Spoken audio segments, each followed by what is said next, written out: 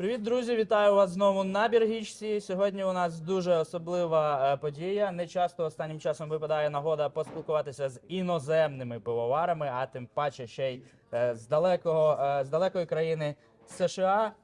Вітайте, Лі Клегорн. Hi, nice to see you, Lee. Thank you for having me. Лі приїхав до України. Він із пивоварні Range, яка заснована у 2016 році. В 2022 році вони варили 8 тонн пива. Я не знаю, наскільки це багато чи мало в масштабах Америки. Зараз ми про це поговоримо. І це пивоварня, яка спеціалізується на такому стилі пива, як IPA. Зараз ми перейдемо на англійську, тому що це рідна мова для Лі, але ви можете в субтитрах знайти українську версію. Okay, so I promise you, I didn't say anything bad about you. I was just introducing you. By the way, I just forgot. What state are you from? We're from Colorado in the mountains. Colorado. Yeah. Why is your brewery called Range? Because of the mountains, yeah? Because of the mountains, named after, actually, you may know after your time in Britain, after a Kipling poem called The Explorer. He said there's something behind the mountains, behind the ranges, waiting for you. So we love that inspirational piece, speaking to why people go to mountains, and so we came up with the name Outer Range. We forgot one very important thing. Cheers. Cheers. Good to have you here. I'm happy to be here. Have you seen the TV series called Range? We have, actually. We were very excited when it came out, and it was pretty good. It was pretty good. Did it bring some more people to your brewery after it was released? I don't think it brought a single person to our brewery. But for a while, you could search for Outer Range online, and instead of our brewery, the show would come up. You should call your brewery Chernobyl. You would have like a lot of extra people. I don't know if people would want to drink the beer. They do some vodka in Chernobyl, as far as I know. Oh wow! Okay, now let's kind of pretend we are serious. First of all, tell me what actually brought you to Ukraine. Absolutely. So. You know, in the U.S. and all around the world, a lot of people, a lot of brewers have been writing to the breweries here and asking, how can we help? And a lot of people have been brewing beers to support the Ukraine people during this time. And we have done that as well with a lot of our friends. And we were talking to some brewers here, and we said, how can we help you? And he said, come to Ukraine. And so we thought, well, how can we say we support the Ukraine craft brewery scene and then say no? So we decided to say yes and come to Ukraine and see what it's like for everyone here now in the craft beer community. Well, first of all, I must say we really appreciate what you do and thank you for your support, and please pass it to all the rest of the guys. But there's like a maybe logical question. So I've met people who kind of not familiar with geography of Ukraine. They don't realize the size of the country, and they kind of feel that the war is all over the country. Right. And well, last week showed that it was actually all over the country because missile strikes were even in Lviv. Right. So you have to be really like a courageous person to come here. Did you have any like concerns going here? Well, you could think about it that way, or you could think about it in the way that there's over 40 million Ukrainians that live in Ukraine and are here every day and are courageous every day. So me coming for a couple of days is nothing. Yeah, no, it's not nothing. It's kind of a lot. So you spent here how many days now? I've been here a few days now. It's kind of a blur because we've been going all around. Came in and went to Lviv and had some wonderful coffee there. Great coffee scene in town, and then I drove up to brew with Pista and the guys at Zen, and did that beautiful 3-hour drive from Lviv To Rivne. to Rivne. I'll come back to that later, but you said coffee. You're right, it's good here, but what about beer? Did you have a chance to try any local brews? I've drank a lot of local brews, and I'm really impressed with the quality of the beer. Everyone's making amazing beers here, all styles, from Helles, which I'm drinking right now, to IPAs. Any IPAs are world class, and so I've been really excited about that because I didn't know what it would taste like, but the beers are phenomenal in Ukraine. Well, it's natural. We all have a lot of stereotypes. For example, a lot of people in Ukraine still believe that American beer sucks. because they only think that American beer is like, you know, those giants. Yeah. We're not gonna name them, but when you get into like dive into the American craft beer scene, you easily realize that it's actually the greatest in the world. So what was your stereotypical view about Ukrainian beer before you came here? Well, I knew that there was a big craft beer scene coming up, and I knew that it was, you know, a lot like everywhere else. You know, everywhere else kind of has the same thing of big macro beers that have dominated the market for so long, and in the past, you know, 10 years to 20 years, there's been a craft beer scene growing, and I knew it was a healthy, young scene here, like most places, and we brewed a beer with Penta in Poland this past summer, and we talked to them about their understanding, because they have a lot of Ukrainians that you know, came there over this past year and are very aware of the scene here, and they said great things about the Ukrainian craft beer scene too, and so we were always kind of curious, and you know, one way to find out for sure is to come and hang out and drink the beers and brew. So we're really happy with and really impressed with the craft beer scene here. Yeah, that's a shame you now don't have a chance to like join some Ukrainian beer festival, because we did really have good festivals, but maybe in the One future. day, yeah. One day, yeah. So which styles of Ukrainian beer did you already try except that Helles?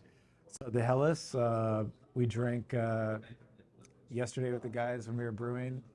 We drank hazy IPA, which was really phenomenal. We had a fruited sour off the tank, and also a young lager, which was really good, still in the tank. And then we had today tried some imperial stout, which I think, you know, everybody knows that Ukrainians can make really good imperial stout. So I had to drink some while I was here, and I was really delighted with it.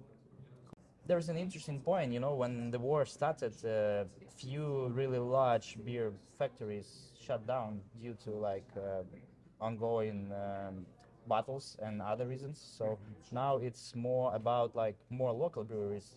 It turned out that during the war, they are more capable to distribute beers.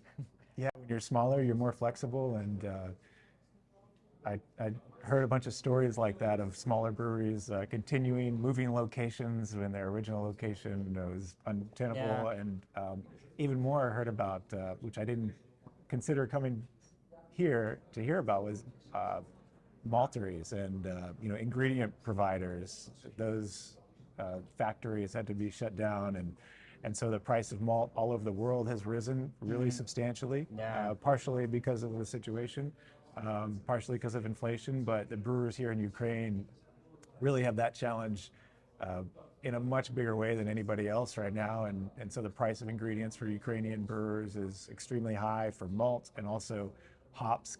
I know talking about hop prices that brewers pay here for hops is way more than we pay, and so it's really hard to make these beers and sell them at a price that is affordable to people.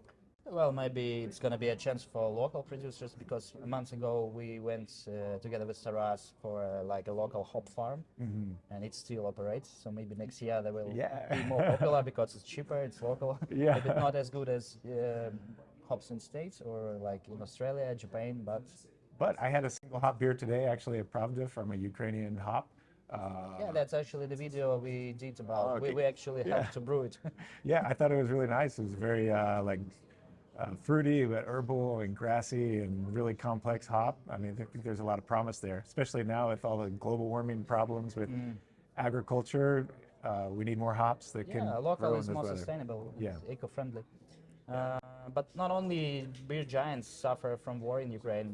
Like the brewery you've been to, Rivne, Zen, it's originally from Kharkiv, a big city in eastern Ukraine, like 1,000 kilometers away. So the guys had to relocate because Kharkiv is kind of a very dangerous place. And now you've been there in Rivne, right? I have been there, and So what did you do there? Well, we brewed a hazy double IPA, and actually coming here, I was really helped out by Yakima Chief hops, because they did It's like a beer land lease. yeah. Well, Yakima Chief hops actually shipped some hops to me in France. I'm living in France now, working on our next brewery, and they sent some hops as soon as they could through DHL, and I brought 20 kilograms of really nice mosaic that we're going to use in this beer. I know the brewers here buy a bunch of Yakima Chief hops already, but it was fun to bring our own mosaic. So it was a collaboration between Outer Range, PZDK, Yeah. and Zen, yeah? And PZ2K, and we brewed it at Zen. Okay. Yeah. By the way, how easy it is for you, being in States, just to order some fresh hops and get them with DHL? Well, in the States, we have like contract for hops, so we buy hops, every week In advance? in advance, and we buy them. I know that that American hop brewers are really expanding the amount of hops that are available to the European area market. Yakima Chief has put in a big warehouse in Brussels, outside of Brussels, just like a year ago. That became operational. Crosby Hops built a big storage facility in Rotterdam. So I know even like 2 years ago, there's only a few thousand pounds available in Western Europe of like Citra. But now it's much more than that. And so the hop growers and hop providers from the US are really trying to make those hops more available to the global market.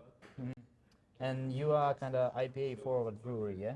You mostly specialize in hazy, hoppy beers? We do. We didn't start out that way. We started making mostly Belgians. I went to high school in Belgium, so really? I love Belgian beer, but IPAs were really popular and we couldn't make enough of them, so we just started making a lot of IPAs, and it's been a lot of fun. But now in the US, people are going back to, still hazy IPA is number one for us, but people are more interested again in West Coast IPAs and lagers. So craft lagers are becoming really popular as well. There wasn't even this joke like make IPA clear again. But still, like, Yeah. all this hophead madness is number one trend in the States, still up to date. Yeah? Still, I just listened to a report actually the other day. 44% of the craft beer market is IPA, so almost half. That's a tasty beer. It's a tasty beer. As far as I know, you also plan to open a brewery in Europe, yeah? A division. Yeah, we do. It's same company. My wife and I started the brewery, and your business is like a family business. Yeah? It's a family brewery. yeah, family-owned brewery. Yeah, even our daughter does a lot of like Is she happy demolition about work. that? I don't think so. Sorry. One day she'll be happy about it. Yeah, we are a mountain brewery, so we brew at 3,000 meters elevation in Colorado, and we knew we needed another space. We couldn't make enough beer where we were, and our best couple friend is a French couple, and we talked kind of for years about doing another location with them, and we found a location in France during COVID, and so we decided to pursue it, and it's right by Chamonix, and so we're in the building process right now. And it's been great. One of the big reasons we did that is because every time we travel for beer, all over, but every time, especially we come to Europe, we would see a different way of thinking about making beer from the brewers, everything from process to ingredient sourcing to just ways of thinking about beer in the market. And so we thought if we could open up our second location in a totally different market, then we would learn all the time from two different markets at once, and it would be a lot of fun. So that's what we're doing. And it's a good news for us because it's gonna make us easier to get Yeah. fresh range of your beers. Yeah. Because France is closer. And easier to visit too. Yeah, and maybe you'll come to make some collabs again. Yeah, I would love to. We'll be back. What are your expectations? I mean, how do you see European craft beer scene? Isn't it already overcrowded? No, I don't think so. I mean, for example, in Colorado, there's 7 million people and 600 breweries. And I know Ukraine, over 40 million people and like 100 breweries. Maybe only Rivne would fit that proportion because with like 300 people, there is like 15 breweries. Yeah. I think when you're in the market, when you're in craft beer, you think it's really big, but if you actually look at the numbers, it's just a tiny sliver of the market. And you just have to make sure that we're putting the best beer out there and educating customers on what craft beer is and why it's important. That actually was supposed to be my next question. What is craft beer? How do you see this? How would you define the craft beer? Yeah, I think you define craft beer as not by really size, but what goes into making a beer. You know, a craft brewer can be nimble and adjust to the market, listen to customers, and make a different beer the next week. They use whole ingredients. You know, we're not using tons of syrups to make light lagers and that sort of thing. We're using actual malt and fresh hops, quality hops, and lots of them. And you know, you don't cut back on ingredients, and you taste that in the beer. And part of it is, you know, not all beer needs to be completely fresh, but a lot of the beer that the craft beer scene makes is great because it's fresh. And it doesn't sit in a warehouse for 6 months before you have to drink it. It's actually about like treating your products and your customer with respect. Yes. Like that. Is there any kind of beer you never brewed before but you would really like to try? Oh man, that's a good question. Well, I will say today I had a tomato. Tomato sour. Yeah, I had a tomato sour beer, and really popular in Ukraine. which I never heard of. And, you know, you have all kinds of fruited sours and things like that. But the brewers here said this is like typical Ukrainian flavors to have, and so the brewers here have like, you know, creatively figured out how to make a beer out of tomato, and it was delicious. Yeah, we have this tradition of pickling vegetables like onions, tomatoes. So once people thought like, why wouldn't we try to use it in a beer? Yeah. And for us, it's like a hangover beer. You know, you wake up with a hangover and you have like your fresh tomato juice mixed with a beer, something like that. It makes sense. It makes sense. But I heard from people from Europe that they kind of don't really understand this concept. Like, what the fuck? Yeah. Honestly, that's what I thought. I was like, I don't know if I want that, but I had it and it was really good. I mean, it's kind of like a Bloody Mary type drink. And yeah, it's also like a part of craft beer culture. You always try something new. And that's actually one of the best things about beer is it doesn't have a border.